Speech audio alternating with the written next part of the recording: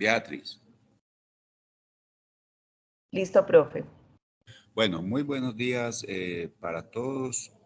Vamos a dar inicio a esta reunión, el Ateneo, reunión que cada año nos corresponde a los profesores del departamento presentar un tema de nuestro interés.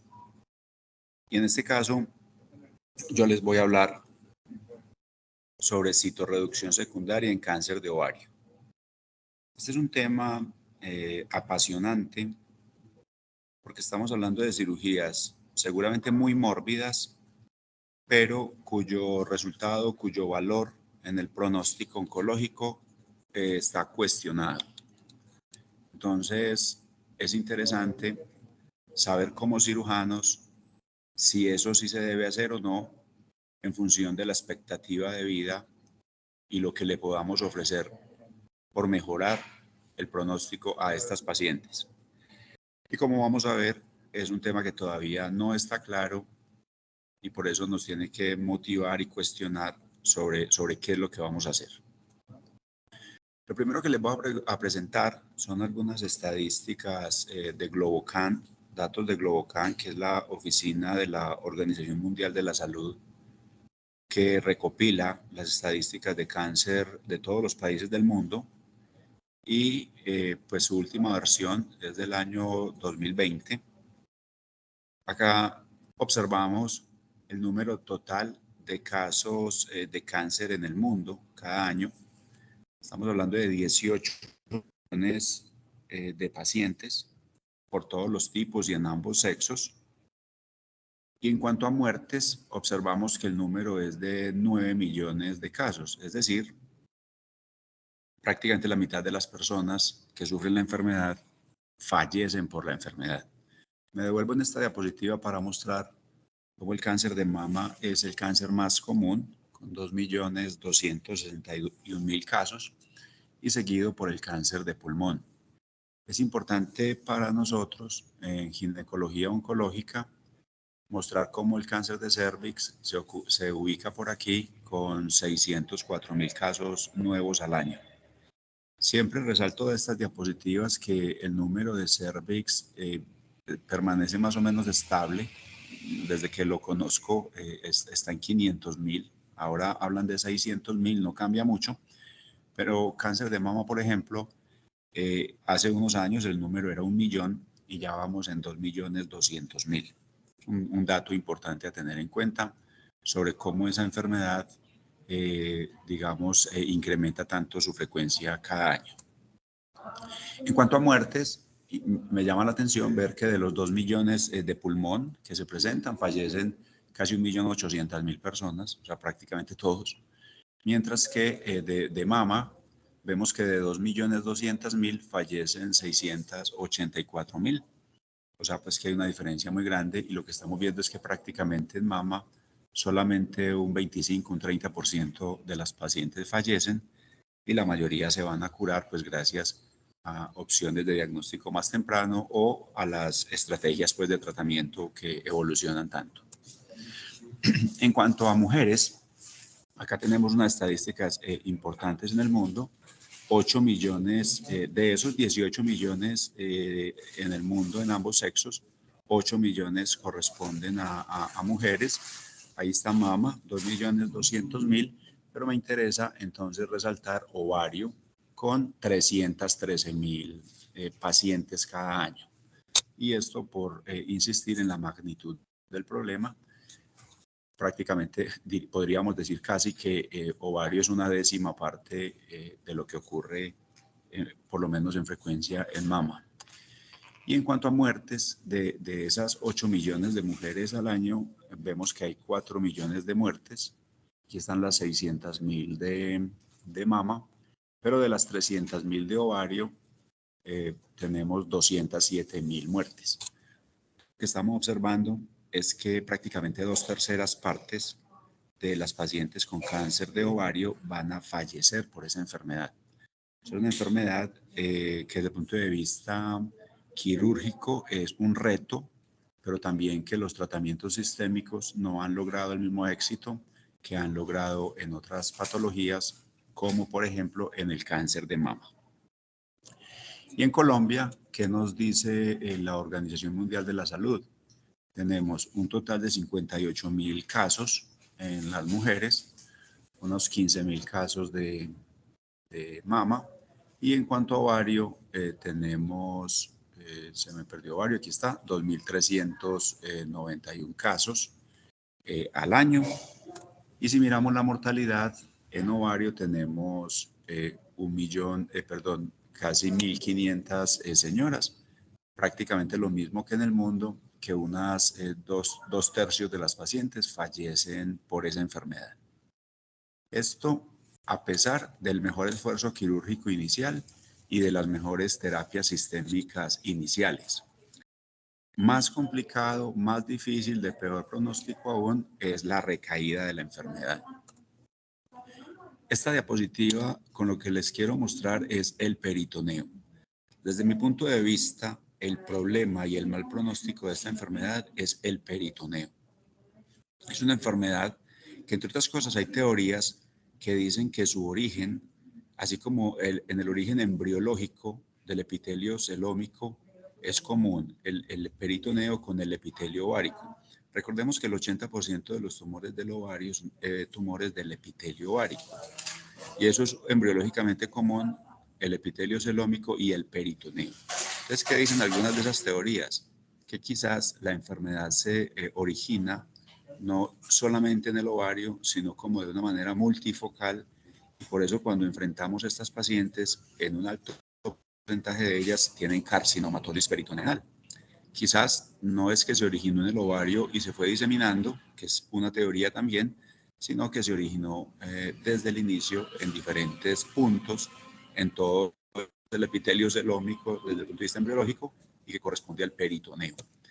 Por eso la cirugía inicial es tan difícil, la probabilidad de éxito es baja y también la recaída, porque al final cuando la operamos y así dejemos un R0, R0 significa residuo cero, es decir, nada de enfermedad visible, también tenemos, digamos, la probabilidad de recaídas en todo el peritoneo, carcinomatosis peritoneal, que es lo que observamos siempre que reintervenimos a estas pacientes.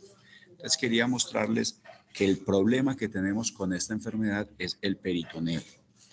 El doctor Paul Sugarbaker, en el año 1995, digamos, describió o se inventó la peritonectomía, Sugarbaker, lo que llamamos hoy en día un Sugarbaker, peritonectomía, pero respetuosamente a mí eso no me cabe en la cabeza.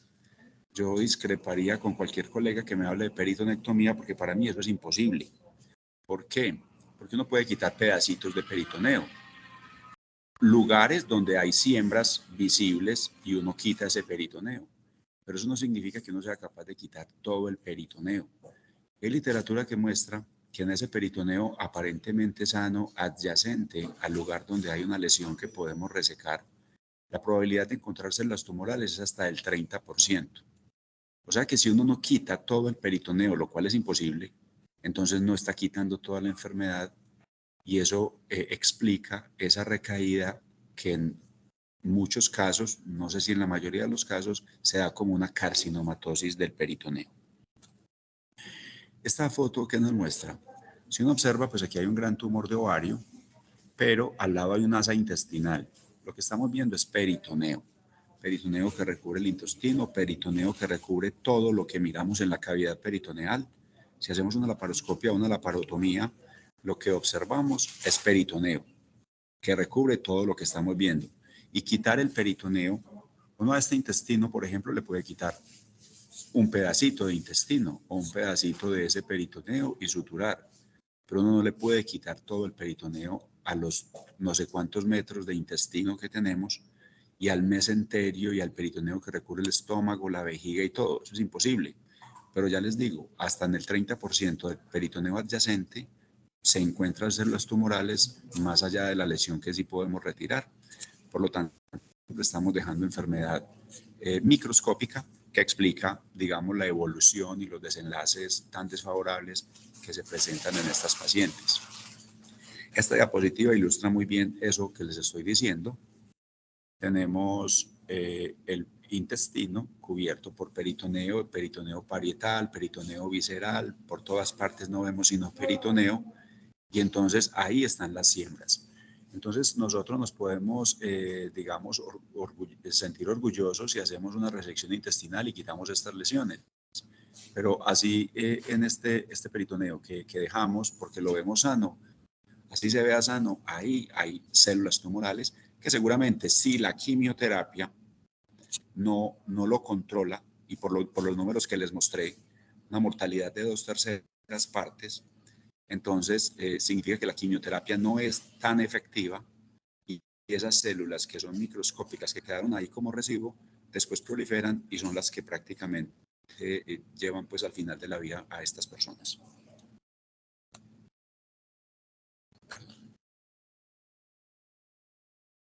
Esta imagen nos muestra lo mismo. Esto es una imagen pues, por la paroscopia. Aquí estamos viendo el mesenterio lleno de implantes. Posiblemente esta señora, esta laparoscopia es una laparoscopia por una recaída. Posiblemente su cirugía inicial fue un R0, no había residuo, pero como les estoy explicando, aquí lo que vemos es que las células microscópicas tumorales que quedaron desde la primera cirugía no respondieron a la quimioterapia, no fueron sensibles a esa quimioterapia y entonces en algún tiempo, y como lo muestra toda la literatura, el promedio de la expectativa de vida de estas pacientes es de 36 meses, y en general uno podría decir que la paciente se opera, recibe quimio, se alivia 2 años y al tercer año presenta una recaída y en ese tercer año seguramente va a fallecer. Y esto que estamos observando acá es lo que explica esa situación.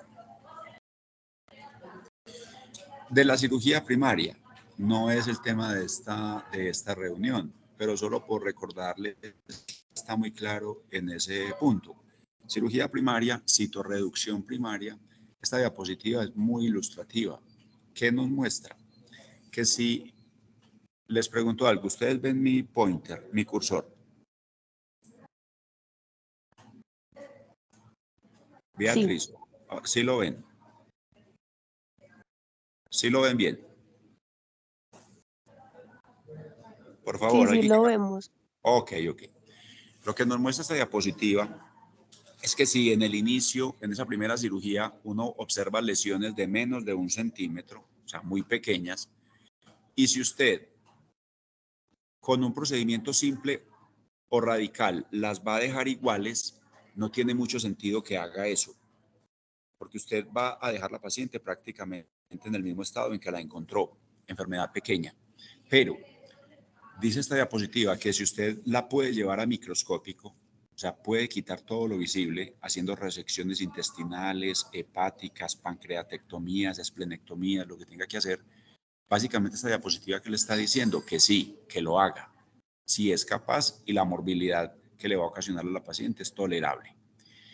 Lo mismo en este punto, si lo que usted observa es una enfermedad abultada o bulky, como se dice pues como en inglés, de más de 1 centímetro, y usted sabe que no puede quitar todo eso y que al final siempre va a dejar lesiones de más que 1 centímetro, no tiene sentido que haga mucha intervención quirúrgica, básicamente estaría haciendo solo morbilidad sin ningún beneficio para la paciente. Ahora, si usted cree que lo puede reducir desde más de 1 centímetro a menos que 1 centímetro, sí o no, es como discutible, porque al final este menos que 1 centímetro sigue siendo enfermedad visible y le marca un pronóstico desfavorable. Ahora, si usted cree que es capaz, que tiene los recursos técnicos, que la paciente soportaría esa magnitud de cirugía para dejarla en R0, enfermedad microscópica, entonces prácticamente estaría autorizado a hacerlo, obviamente sopesando los riesgos y la morbilidad en cada paciente. No es lo mismo mirar esta diapositiva si estamos hablando de una señora de 50 años que si estamos hablando de una señora de 80 y pico y con muchas comorbilidades. Entonces, esto hay que ponerlo pues también como individualizarlo en cada paciente. Pero básicamente esta diapositiva es importante porque esto es lo que hoy el concepto claro hoy a nivel mundial en lo que es cirugía primaria. Pero nuestro problema hoy es cirugía secundaria, citorreducción secundaria. Y en ese sentido, estamos hablando de la paciente que recayó después de los tratamientos. ¿Qué hacer con esa paciente? Todo el tiempo los oncólogos clínicos nos remiten a nosotros, los ginecólogos oncólogos, esta señora que recibió quimioterapia, que terminó hace un año y ahora está en recaída. ¿Qué hacemos con esa señora? El oncólogo clínico siempre dice, te la mando para que la operes.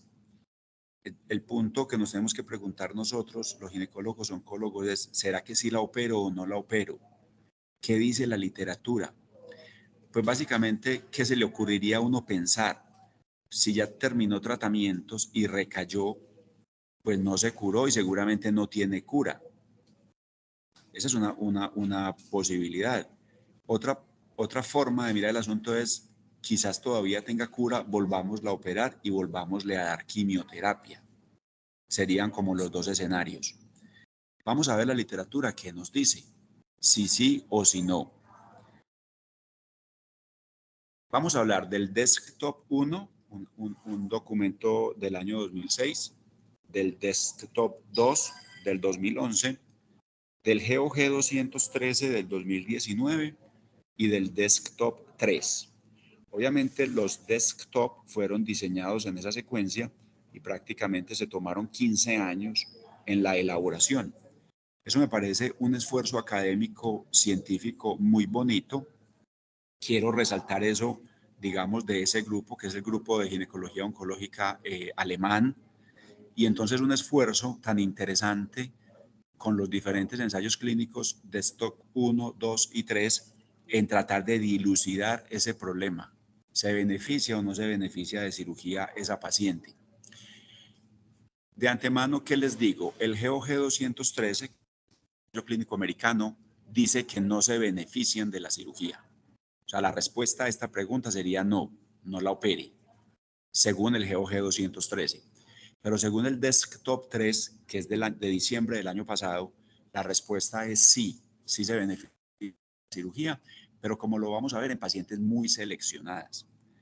Entonces tenemos, y esto digamos nos genera un conflicto, una discusión, tenemos una evidencia negativa o en contra de la cirugía y acá una evidencia positiva o en favor de la cirugía. Nos dificulta, digamos, la toma de decisiones. Sería más fácil si los dos estudios hubieran dicho que no, entonces la respuesta es no, o si los dos estudios dicen que sí, y entonces la respuesta es sí. Aquí nos queda un poquito más difícil porque uno dice que no y otro dice que sí. Entonces vamos a encontrar también grupos de colegas, seguramente instituciones, que se inclinan por una u otra. Después lo vamos a ver en mis conclusiones, pues lo mejor es individualizar cada paciente y ver en quién no, porque habrá algunas que no, y en quién sí, porque habrá algunas que sí. Pero se me hace muy interesante, muy bonito, muy plausible el esfuerzo académico de estos grupos científicos en resolvernos esas dudas que tenemos los que trabajamos en este campo, obviamente buscando lo mejor para las pacientes. Entonces el Desktop 1, como les decía, es un artículo del año 2006. Es un ensayo que es observacional, un estudio observacional. Ellos parten diciendo, como lo subrayo ahí con rojo, que el papel de la cirugía de citorreducción secundaria o la citorreducción de la recaída no está claramente definido. Es lo que hemos dicho, no sabemos si eso sirve o no sirve. Y insisto, muchos oncólogos clínicos nos mandan las pacientes operala, pero yo pienso que los cirujanos tenemos que decir, ¿cómo así que operala? ¿Será que sí se puede operar? ¿Será que sí se beneficia de la cirugía? Porque no es solamente entrar un paciente al quirófano, como digo yo, así muy crudamente, pues uno puede operar como hasta un cadáver.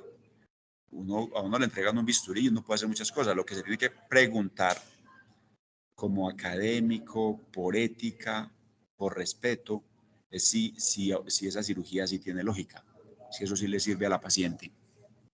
Entonces, este estudio se desarrolló entre los años 2000 y 2003, reunió pacientes de 25 centros oncológicos en Alemania, reunió 267 pacientes y básicamente lo que quería encontrar, como dice las letras de la palabra DESC, es una evaluación descriptiva de unos criterios preoperatorios para la operabilidad. O sea, como buscar desde el preoperatorio qué le puede indicar a uno que la va a poder dejar en un R0 en esa recaída. Si uno encuentra esos criterios de operabilidad, pues seguramente los va a poder aplicar en cada paciente que se le presente, y si los cumple, la opera, y si no los cumple, no la opera. Hoy en día, y después del Desktop 1, se llama AGO Score. AGO es porque es de la Asociación Alemana de Ginecología Oncológica, y el score fue el que ellos encontraron con este estudio, con el Desktop 1.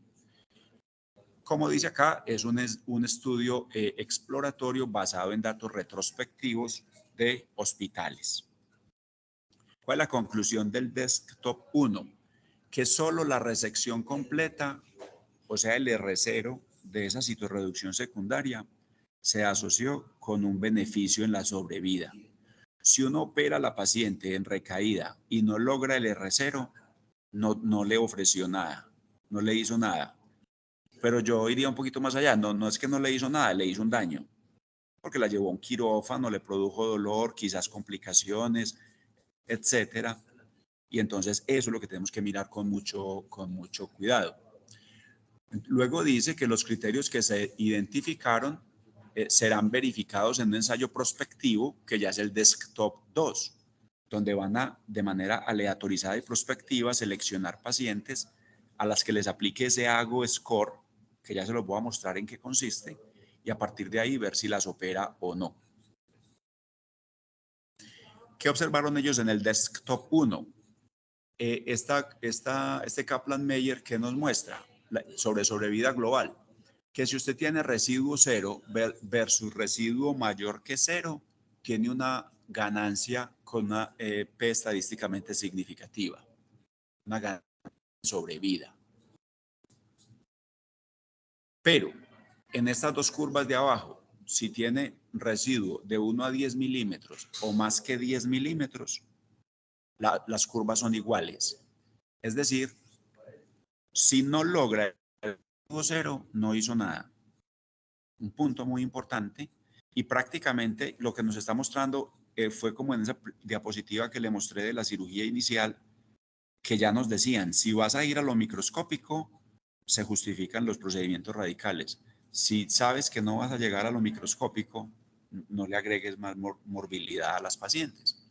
Este resultado del Desktop 1 me parece supremamente interesante porque nos muestra lo mismo, pero en la paciente con recaída.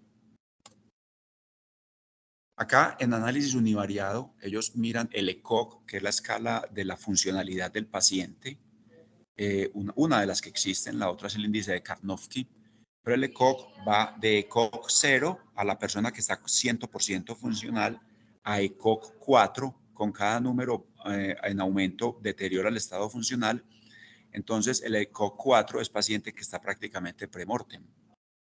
Básicamente lo que ellos observan es que el ECOG 0 es un factor pronóstico importante. Obviamente la FIGO, el FIGO 1 o 2, le marca un mejor pronóstico. Muy importante, el residuo de la primera cirugía. No es lo mismo encontrar una paciente en recaída que en la primera cirugía tuvo R0 a encontrar una paciente en recaída que en la primera cirugía no tuvo R0. Es un factor pronóstico muy importante. Lo mismo que el tiempo que transcurrió desde el fin de los tratamientos. Recordemos que hablamos de sensibilidad a la quimio si pasaron más de 6 meses, pero si pasaron menos de 6 meses antes de la recaída, significa que fue resistente a los tratamientos. Y obviamente es un factor pronóstico muy importante. No es lo mismo recaer antes de 6 meses de finalizar tratamientos que recaer al segundo o tercer año. En ese segundo o tercer año, esa paciente seguramente va a tener un mejor pronóstico. Un dato muy importante que es del AGO Score es la ascitis al momento de la recaída. Ya se lo voy a mostrar en el análisis multivariado, pero la ascitis de menos de 500 centímetros cúbicos es un elemento positivo en el AGO Score, mientras que si es de más de 500 centímetros cúbicos, digamos, es un elemento negativo en el AGO Score. Miremos en el análisis multivariado cómo queda el AGO Score. El AGO Score queda con estos tres elementos. El ECOG 0, ya les decía, es la paciente que está perfectamente funcional. La enfermedad residual 0 en la primera cirugía, ya les mencioné por qué. Y la ascitis, si tiene menos de 500 centímetros o más de 500 centímetros. Entonces, básicamente el Desktop 1, ¿qué aporta a a este conocimiento, que si una paciente tiene el AGO score positivo, o sea, cumple con estas tres variables, es una paciente que va a lograr un chance de resecabilidad muy alto, por los lados del 75%. Pero si no los cumple, la probabilidad de resecabilidad es muy bajita y no se justifica la cirugía. Primer elemento importante del desktop 1. Este es el desktop 2. Como les decía, es un estudio del 2011, o sea, 5 años más tarde del 1 aparece este estudio. Obviamente es el mismo grupo. Y como ellos anotan acá, el desktop 1 ofreció el AGO score, donde decía que la resecabilidad se lograba si se presentaban estos tres factores. ¿Cuáles son? Resección completa en la primera cirugía, un ECOG 0, o sea, un buen estado funcional, y la ausencia de ascitis o en general menos que 500 centímetros cúbicos. Entonces, a partir de ahí se planeó el desktop 2, que es este, ya es un ensayo aleatorizado donde se va a mirar si efectivamente el AGO score positivo predice bien la resecabilidad en esas pacientes. ¿Ellos qué observan? Toman pacientes del año 2006 al 2008, tienen 46 centros oncológicos en Alemania que hayan pasado más de 6 meses de finalizada la quimio y en total tuvieron 516 pacientes. De esas 516 pacientes, aquí las podemos observar, 516 pacientes tenían AGO score positivo 261, eran con las que iban a trabajar. Pudo plantearle cirugía a 148, pero de las cuales fuera su primera recaída solamente 129. Entonces el desktop 2 trabaja con 129 pacientes en ese periodo de tiempo que les del año 2006 al 2008. ¿Y qué es lo más importante? Que ellos encuentran un R0 en esa citorreducción secundaria de 76%. Es supremamente bueno, por lo que hemos dicho, ese R0 es un factor pronóstico fundamental. Y lo logran a partir de seleccionar bien las pacientes con esa información que les ofreció el desktop 1, que es el AGO score. Acá hay características de las pacientes, edad promedio 58 años, el intervalo del tiempo 25 meses, el CA 125 antes de la cirugía, el origen de la enfermedad, el ovario, la trompa o el peritoneo, el estado FIGO 1, 2, 34%, 3 y 4, 95%, en fin. ¿Cuál es la conclusión del desktop 2? Que si usted la selecciona bien, como se hizo con base en el AGO score, usted puede encontrar un 76% de cirugías exitosas al R0. Con base en eso, el desktop 2 plantea el desktop 3, que es el ensayo que vamos a ver ahorita un poco más tarde. ¿Qué hace el desktop 3? Conocida esta información del desktop 1 y del desktop 2, va a aleatorizar pacientes que opera y les da quimio o pacientes que no opera y les da quimio. O sea, la diferencia va a ser si la operó o no, y a partir de ahí va a llegar la conclusión de si esa cirugía sí mejora definitivamente el pronóstico de las pacientes o no. Antes de ir al desktop 3, ya les había hablado del GOG 213. Este es un estudio norteamericano liderado por Robert Coleman, que es un ginecólogo oncólogo, pero dedicado sobre todo al manejo, a la terapia sistémica, porque en Estados Unidos los ginecólogos oncólogos ofrecen las quimioterapias y las terapias sistémicas de las pacientes, de sus pacientes. Lo que no sucede en nuestro medio, que nosotros estamos entrenados fundamentalmente para las cirugías, pero no manejamos las terapias sistémicas. Robert Coleman entonces es un ginecólogo oncólogo que publica sobre todo en terapia sistémica de cáncer ginecológico. ¿Qué es este estudio? Partiendo de la duda de si la citorreducción secundaria se justifica o no, ellos aleatorizan pacientes, y esto es un ensayo clínico de fase 3, Y como lo dice aquí claramente, se aleatorizan pacientes en recaída, y en un brazo van a ir pacientes que reciben cirugía más quimio, y en el otro brazo van a ir pacientes que solamente reciben quimio, donde la diferencia es si se operó o no y ver qué pasa con los desenlaces. Acá subrayo el objetivo: someter a una citorreducción secundaria y luego recibir quimioterapia, o recibir la quimioterapia sola, sin la cirugía. Este estudio reúne 485 pacientes, 240 van a citorreducción secundaria antes de la quimio y 245 reciben quimioterapia sola.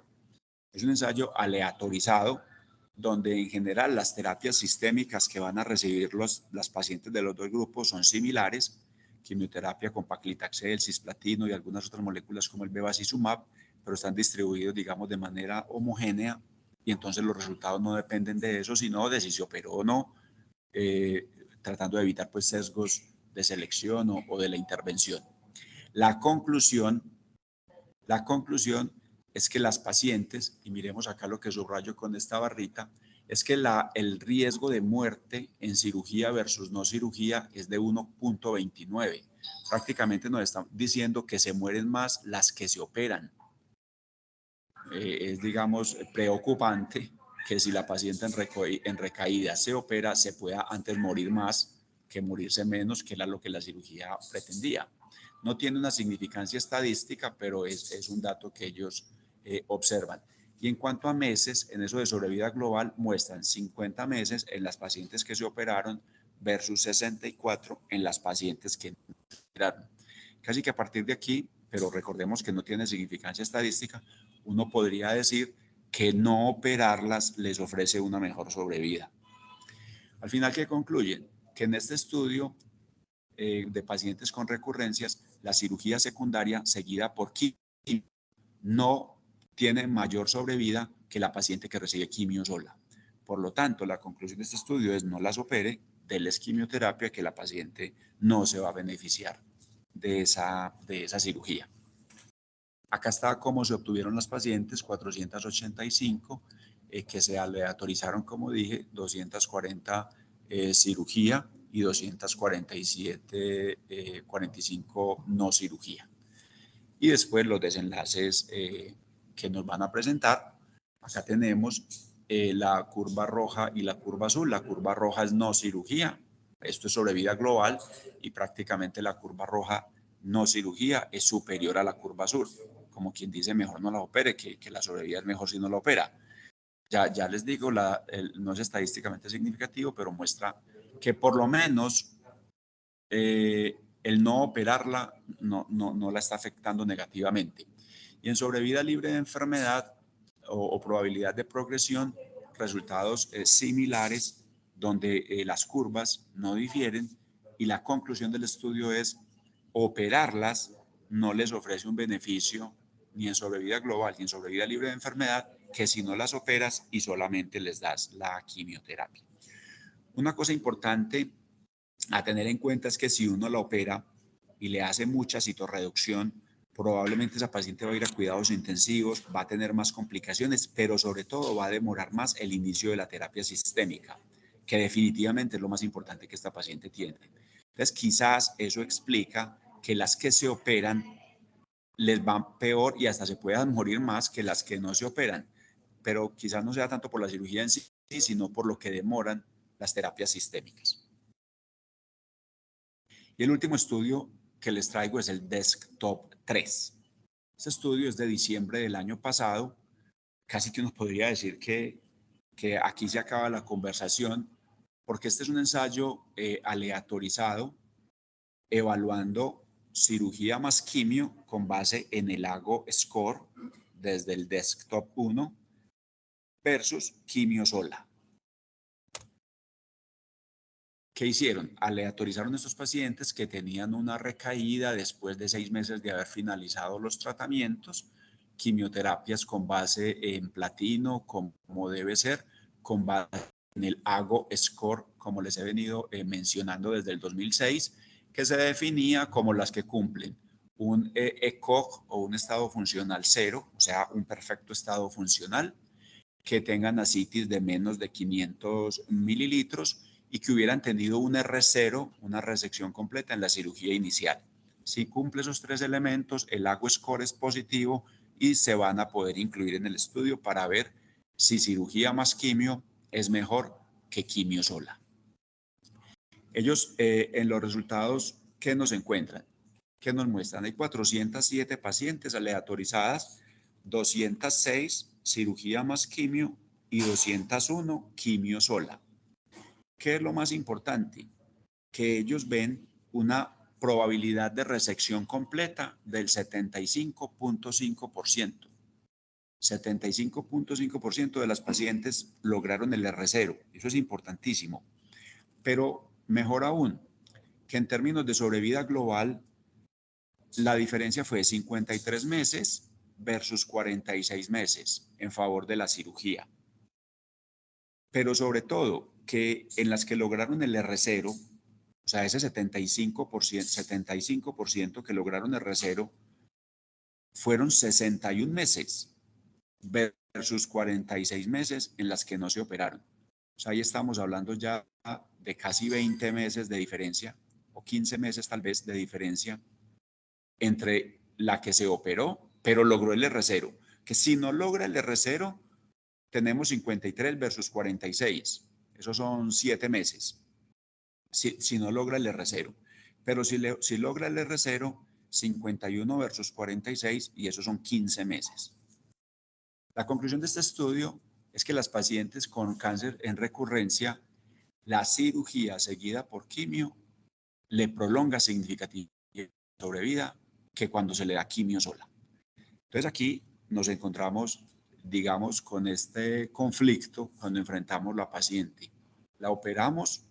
Sí, según el desktop 3 o no, según el GOG 213,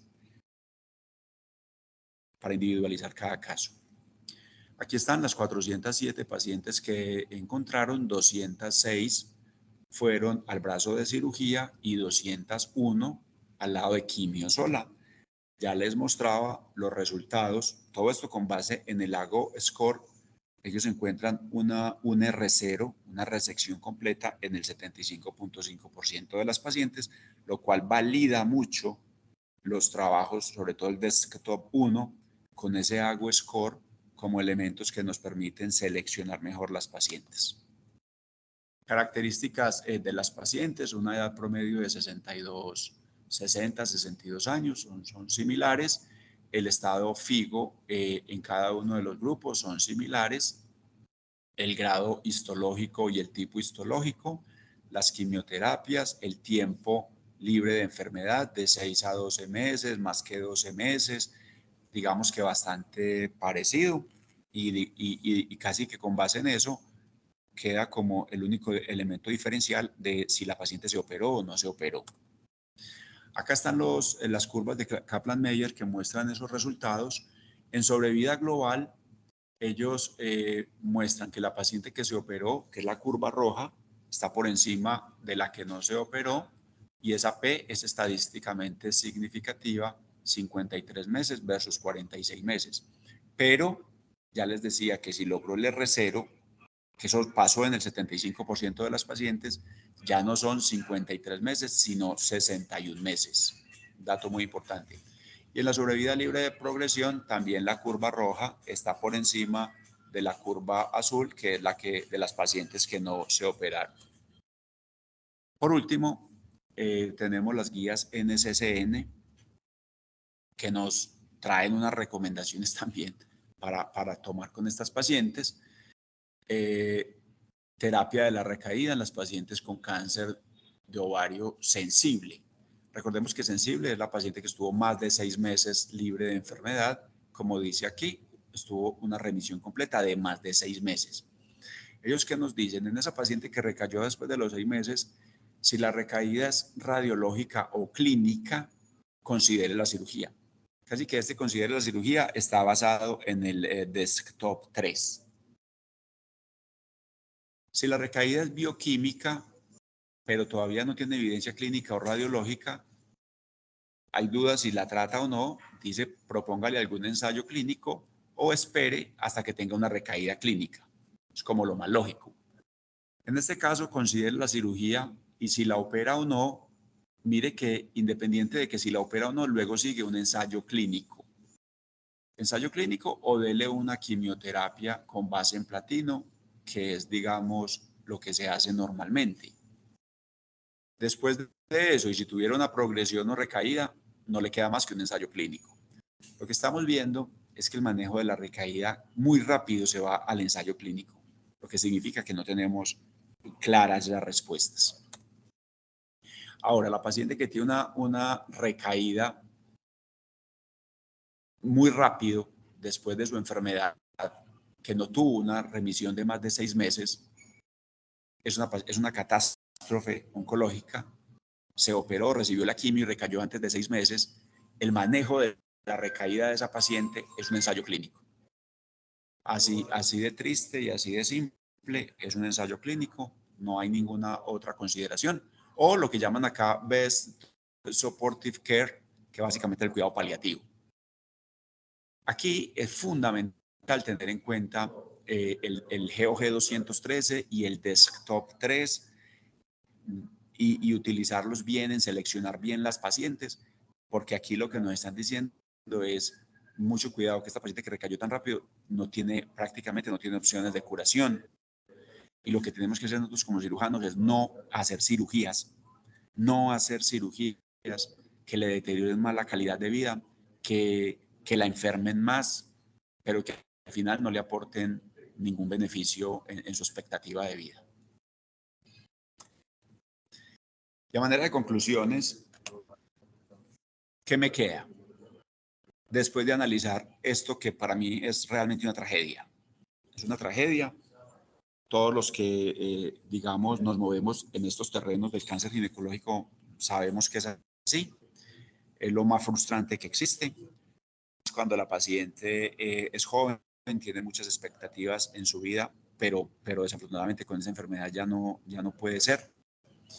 Entonces, ¿qué queda? Analizar cada caso en particular, ver qué comorbilidades tiene la paciente, su edad, sus comorbilidades, la obesidad, todo eso importa para tomar decisiones y básicamente a la luz del GOG 213 que le dice que no o del Desktop 3 que le diría que sí, si le cumple el AGO score, obviamente.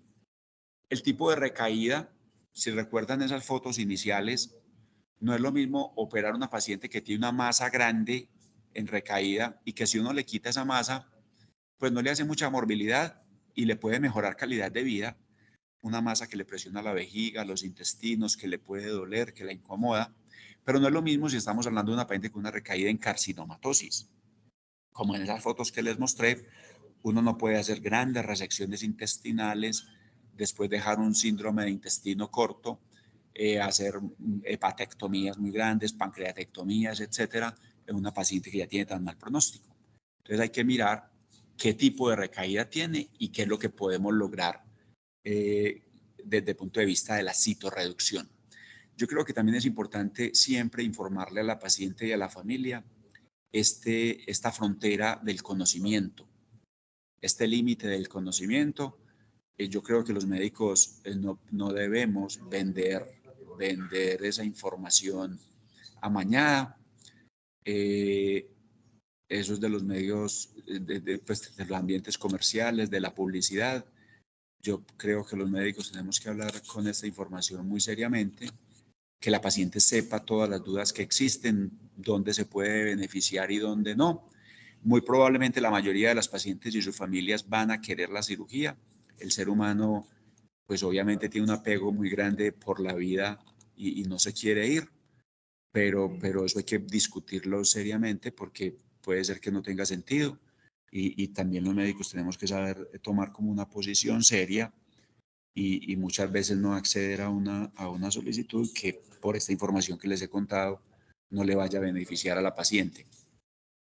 Y por último, valoro mucho, aplaudo mucho ese esfuerzo de ese grupo alemán que entrega el AGO Score, que es una cosa muy simple, que básicamente dice que si la paciente no tiene ascitis, que si tiene un buen estado funcional, un ECOG 0, y que si tuvo un R0 en su primera cirugía, esa paciente un Ago score positivo y se puede beneficiar de la cirugía y que posiblemente la citorreducción completa es del 75%.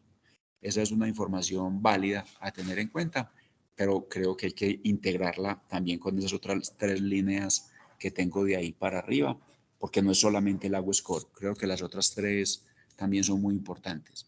Y primero, como digo yo, y creo que todos los médicos tendríamos que repetirnos permanentemente, es no hacer daño, no hacer daño. Los médicos, desafortunadamente, creo que hemos perdido ese norte y con moléculas y con intervenciones y con procedimientos hemos perdido el norte y creo que por encima de todo tiene que estar el no hacer daño, el no vender una falsa expectativa, no poner intereses económicos ni de vanidad por encima de esto que es el conocimiento científico. Que Dios nos libre de caer en esos contextos, porque eso es dañar el ser humano, eso no tiene perdón de Dios, eso no puede ser.